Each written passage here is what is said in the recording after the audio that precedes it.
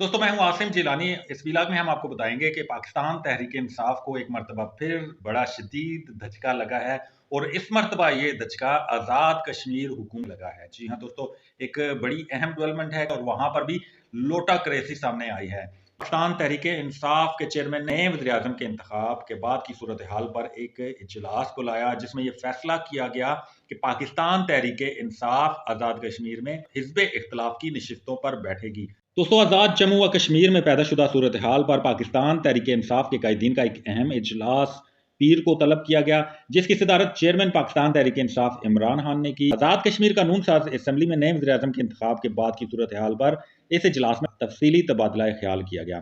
तहरीक इंसाफ का आज़ाद जम्मू कश्मीर कानून साज असम्बली में हिज़्ब इख्तिलाफ की नशिस्तों पर बैठने का फैसला किया गया और ख्वाजा फारूक को आज़ाद कश्मीर कानून साज असम्बली में कायदे हिज़्ब इख्तिलाफ नामजद किया गया।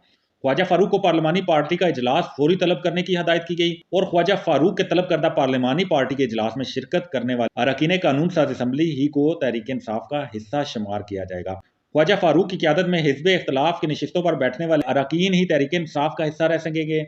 पार्लिमानी पार्टी के इजलास से किनारा कशी करने वाले अरकान के तहरीक इंसाफ से इखराज की कार्रवाई भी शुरू की जाएगी। दूसरी जानब सरदार तनवीर अलियास को वज़ारत उज़्मा से नाअहली के बाद PTI आज़ाद कश्मीर की सदारत से भी हटा दिया गया है और उनकी जगह साबिक वज़ीर-ए-आज़म आज़ाद कश्मीर सरदार अब्दुल क़य्यूम नियाज़ी को PTI आज़ाद कश्मीर की सदारत की जिम्मेदारी सौंपी गई है और अब्दुल क़य्यूम नियाज़ी को जल्द रियासत में तंजीम साजी का अमल मुकम्मल करने की हदायत की गई है। पार्टी नज़्म ज़ब्त की खिलाफवर्जी करने वाले अरकान कानून साज असम्बली के जमात से इखराज के बाद हलकों की सतह पर उम्मीदवारों के तयन के अमल भी साथ साथ मुकम्मल किया जाएगा। पाकिस्तान तहरीक इंसाफ के चेयरमैन इमरान खान की तरफ से बुलाए गए आज़ाद कश्मीर की पार्लिमानी पार्टी के इजलास में 24 मेंबरान गायब थे। आज़ाद कश्मीर तहरीक इंसाफ के सिर्फ 7 अरकान असम्बली इजलास में शिरकत के लिए ज़मान पार्क पहुंचे, जिनमें गुलाम मुइजुद्दीन, सरदार अब्दुल क़य्यूम नियाज़ी, सरदार मोहम्मद हुसैन, ख्वाजा फारूक, चौधरी मकबूल, हाफिज हामिद रजा, चौधरी इकबाल ज़मान पार्क में होने वाले इजलास में शरीक हुए।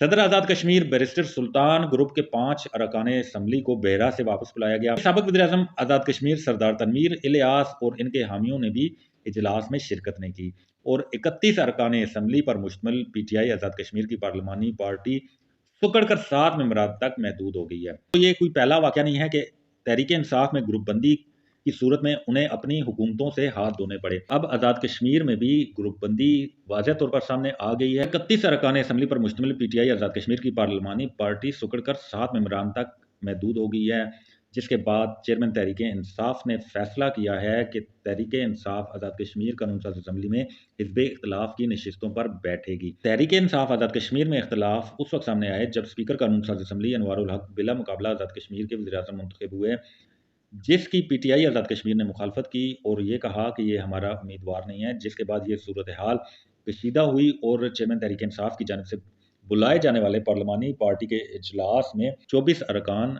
गायब रहे और यूं चेयरमैन तहरीक इंसाफ ने कानून साज असम्बली में हिज़्ब इख्तिलाफ की नशिस्तों पर बैठने का फैसला किया है।